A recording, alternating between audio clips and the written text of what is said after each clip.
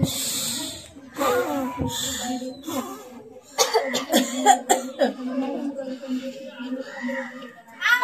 भोक लाग्यो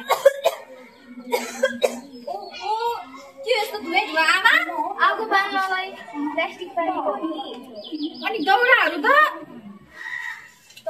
ठिको भएर कि प्लास्टिक बारेको बुढी म यस्तो प्लास्टिक बाल्ने हो त आज हामीले स्कुलमा यसरी प्लास्टिक बाल्नु हुँदैन भने भनेको थियो प्लास्टिक बाल्यो भने कस्तो नराम्रो धुवा फाल्छ थाहा छ यसले गर्दा हाम्रो स्वास्थ्यमा कति नराम्रो मैले मात्र होइन यस्तै गर्छु त्यसो भने साथी रुपाएर दिपाएर बोलाउन जान्छु यस्तो बारेमा चेतना फैलाएर आउँछ है त आमाहरूलाई दिपा रुको दिपा रुका हेर्नु है हाम्रो गाउँभरि सबैजनाले प्लास्टिक बाल्दो रहेछ यसले गर्दा कति नराम्रो धुवा फाल्छ अब हामीले भनेर के हुनु पनि होइन के गर्नु होला फोहोर व्यवस्थापनको काम त नगरपालिकाको हो नि आदिकल्चरमा पढेको होइन त हो नि तिमीले ठिक भन्यो बरु हामी एउटा चिठी लेखेर नगरपालिकालाई दिन जाउँ त्यसो भए जाउँ न त जाउँ सृष्टि रूपा र दिपाको चिठी पाएपछि नगर प्रमुख केही दिनपछि उनीहरूको गाउँ अवलोकन गर्न आउँछन्। एकपटक त सबैले विश्वास गरेर मेयर भइहाल्यो काम पनि धेरै गर्नु छ मेरो इच्छा छ कि यो हेटौडालाई अझै सुन्दर शान्त प्लास्टिक रहित बनाउन उद्देश्य छ मेरो। नमस्कार म्याडम। नमस्कार म्याडम अस्ति वातावरण प्रदूषण बारे चिठी पठाउने नानीहरू यिनीहरूले कस्तो राम्रो चिठी मैले पढेँ नि।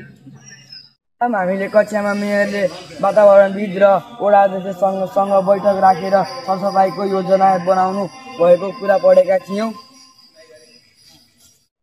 भाइले कस्तो राम्रो कुरा उठाउनु भयो मैले नि ठ्याक्कै यही सोच्दै थिएँ के यसो गरौँ मिस अब यो कुराको निष्कर्ष निकाल्नका लागि हामी छिट्टै बैठक बसौँ। हुन्छ ठिकै छ नि त म सबैलाई पत्र लेख्छु। सम्पूर्ण यस नगरका वार्ड अध्यक्षज्यूहरूलाई र वातावरणविदहरूलाई यस बैठकमा हार्दिक स्वागत गर्दछु। आजको एजेन्डामा प्रवेश गरौँ। हेटौडाको महानगरपालिकालाई कसरी सफा र प्लास्टिक रहित सहर बनाउन सकिन्छ। वातावरणविद जीवहरू हजुरहरूबाट पालै पालो सुझाव र सल्लाहको अपेक्षा राख्दछु। रिपोर्ट गराएको छु सबभन्दा पहिला मैले नि केही सुझावहरू राख्न जाँदैछु। मेयरज्यू सुरु कार्यक्रम सुरु गरौँ न। 1 केजी प्लास्टिक पसलमा लग्दा एउटा साबुन पाउने व्यवस्था मिलाऊ।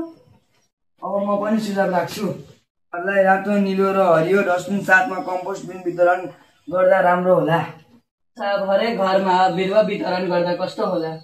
चोकमा सीसीटीभी राखेर फोहोर गर्नेलाई कारबाही गर्ने नीति ल्याउने कि प्लास्टिकको झोलाको सट्टा कपडाको झोला वितरण गर्न टोल विकासलाई सक्रिय बनाउने हो कि वितरण गर्नुभन्दा पहिला झोला सिलाउने तालिम दिउँ। उनीहरूले सिलाएको झोला नगरपालिकाले किनौँ। तपाईले भन्नुभएको एकदमै ठिक लाग्यो। यसो गर्दा जनताको आय आर्जन पनि बढ्छ। त्यो झोला वातावरण दिवसको दिन जेठ 22 गते वितरण गरौला। ल वार्ड अध्यक्षज्यूहरू टोल विकाससँग कुरा गरेर त्यही दिन बाँड्ने वातावरण मिलाऊ। तपाईहरूको सुझावलाई ग्रहण गरेको छु। त्यही अनुसार अघि बढ्ने बाचा गर्दछु। यहाँलाई धन्यवाद।